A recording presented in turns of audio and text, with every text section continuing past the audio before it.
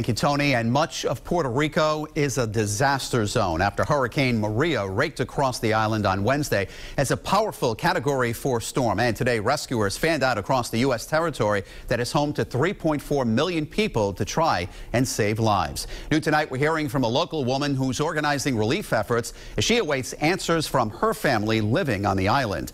Eyewitness News reporter Jared Planner continues our team coverage right now with her story. Jared?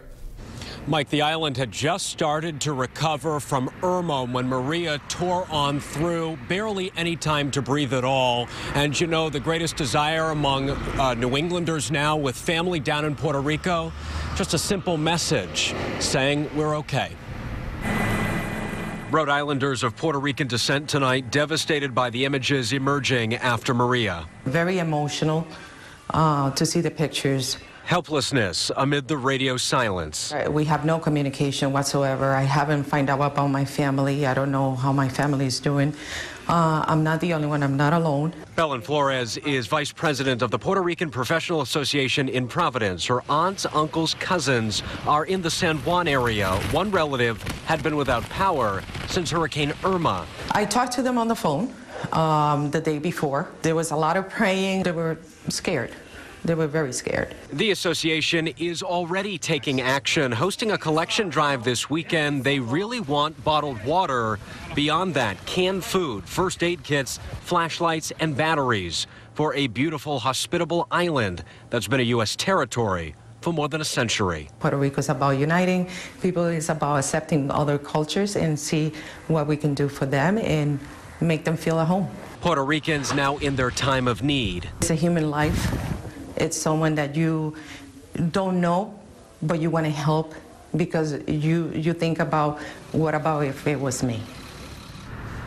So that drive this Saturday at Armando & Sons Meat Market, the one on Elmwood Avenue in Providence, from 10 a.m. on. Now, the association is also asking shipping companies to help with containers to store these goods until a time comes when they can head down to Puerto Rico, and there's no telling when that might be.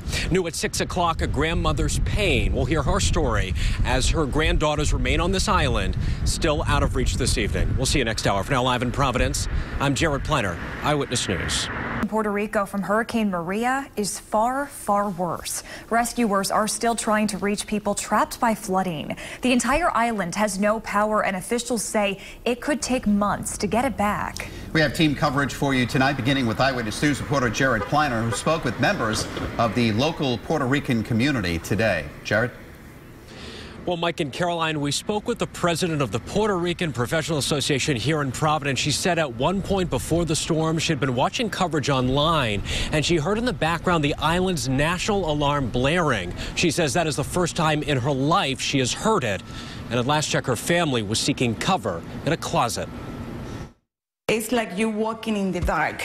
And without a flashlight. Yvette Sullivan, like so many others, has no way of knowing how her family in Puerto Rico came through Maria. There's different phone lines available for us to request information. The information is not coming back. Sullivan's two young granddaughters, her daughter, and her elderly father, who is blind, are all there. 10-year-old Fabiola was crying on FaceTime, afraid of the noise. She compared it with an airplane being on the ceiling. That's the sound she was claiming she was hearing. That was the last time I really saw them and spoke with them. As a mother, my responsibility is to protect them, and I cannot comply. The Puerto Rican Professional Association is already taking action, hosting a collection drive this weekend.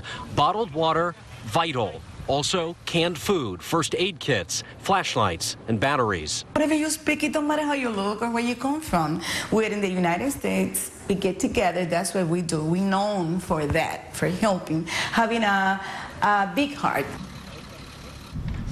Yvette's family, by the way, in Guayama and Calle on the south side of the island. As for that drive, set for 10 o'clock in the morning onward at Armando & Sons Meat Market, the one on Elmwood Avenue in Providence. By the way, the association also asking shipping companies to provide some type of a container or containers to store those goods until time when they can go down to Puerto Rico, and there is no telling at this point how soon supplies can get down there. For now, live in Providence, Jared Planner, Eyewitness News.